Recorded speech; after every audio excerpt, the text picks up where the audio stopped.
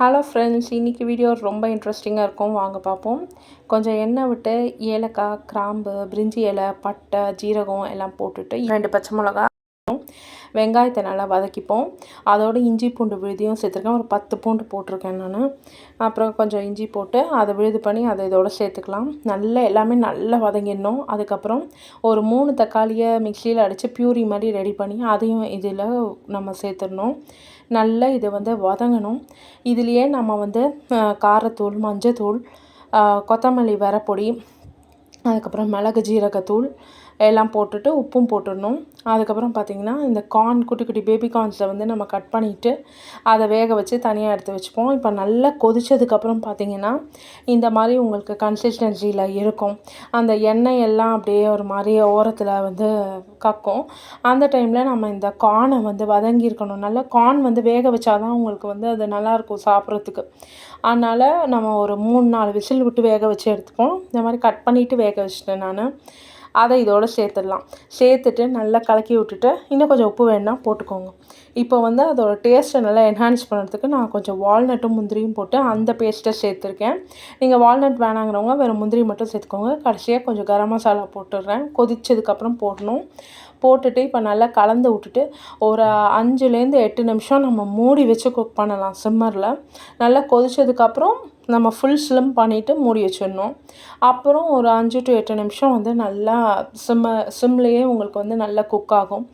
நம்ம சிம் பண்ணி குக் பண்ணும்போது அதோட டேஸ்ட்டே சூப்பராக இருக்கும். இது பாருங்கள், என்னன்னு பார்த்தீங்கன்னா இது பேபிகார்ன் மசாலா. அதுதான் இது. அது கடைசியாக என்ன பண்ணோன்னா நம்ம கசூரி மேத்தியும் நான் அப்படியே கசக்கி போட்டிருக்கேன். கொத்தமல்லி தழையும் வேணுன்னா நம்ம சேர்த்துக்கலாம். பெருங்காயம் வேணுங்கிறவங்க சேர்த்துக்கோங்க. இப்போ முடிஞ்சிடுச்சு. நம்மளுக்கு பேபிகார்ன் மசாலா ரெடி ஆயிடுச்சு. நம்ம அது தனியாக வச்சிடலாம். இப்போ பார்த்தீங்கன்னா இதுக்கு நான் என்ன பண்ணேன் அப்படின்னா மெயின் டிஷ்ஷும் மெயின் டிஷ் என்ன பண்ணேன் அப்படின்னு பார்த்தீங்கன்னா ஆலு, மொச்சக்கொட்டை, ராஜ்மா போட்ட ஸ்டஃப் பண்ண சப்பாத்தி தான் பண்ணியிருக்கேன்.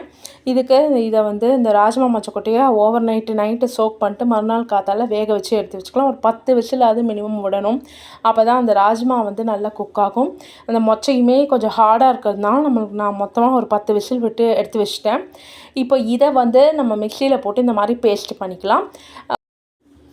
அப்புறம் பார்த்திங்கன்னா ஒரு 3 மீடியம் சைஸ் உருளைக்கிழங்கு நான் தனியாக வேக வச்சு எடுத்துக்கிட்டேன். அதையும் நல்ல ஒரு மிக்சிங் பவுலில் நம்ம மசிச்சு வச்சுக்கலாம். நான் மத்த வச்சு நல்லா மசிச்சு வச்சுருக்கேன். இதோட நம்ம இப்போது மிக்சியில் அரைச்ச பேஸ்ட்டையும் நம்ம சேர்க்க போகிறோம்.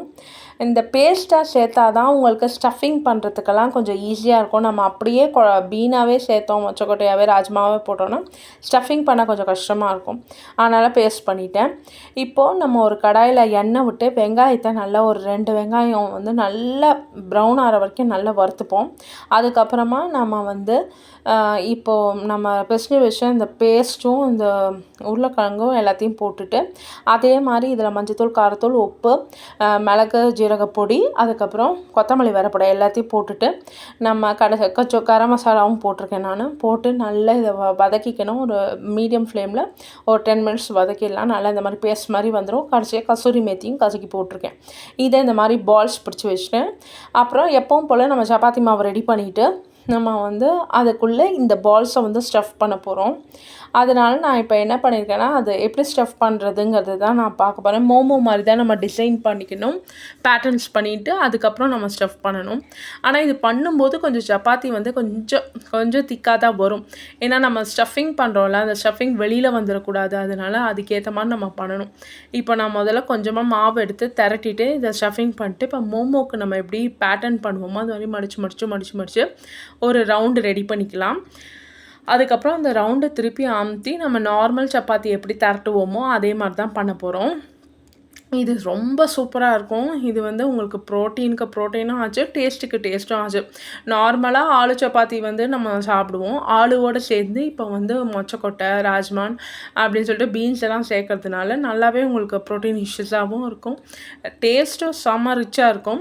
இப்போ பாருங்கள், இந்த மாதிரி திரட்டியாச்சு. உங்களுக்கு தெரியுது பாருங்கள், இந்த ஸ்டஃபிங் டிரான்ஸ்பரண்ட்டாக கொஞ்சம் திக்னஸ் இருக்கும். பட் அந்த மாதிரி தான் இருந்தால் தான் நல்லாயிருக்கும் டேஸ்ட்டு. அப்போ தான் அந்த சப்பாத்தி நம்ம கல்லில் போட்டு எடுக்கும்போது கொஞ்சம் உப்பி வரும். அதனால இந்த மாதிரி பண்ணணும். அவ்வளோ சூப்பராக இருக்கும். இதில் வேணும்னா நீங்கள் இதில் கொத்தமல்லி தழை வேணும்னாலும் சேர்த்துக்கலாம். அது ஒரு மனம் வந்து சூப்பராக இருக்கும். இப்போ பாருங்கள் பண்ணியாச்சு. Baby corn masala with stuffed chapatis, ஆலு மொச்சக்கொட்டை ராஜ்மா போட்ட ஸ்டஃப்டு சப்பாத்தீஸ் ரெடி. அவ்வளோ டேஸ்ட்டாக இருந்தது. நீங்களும் ட்ரை பண்ணி பாருங்கள். தேங்க்ஸ் ஃபார் வாட்சிங்.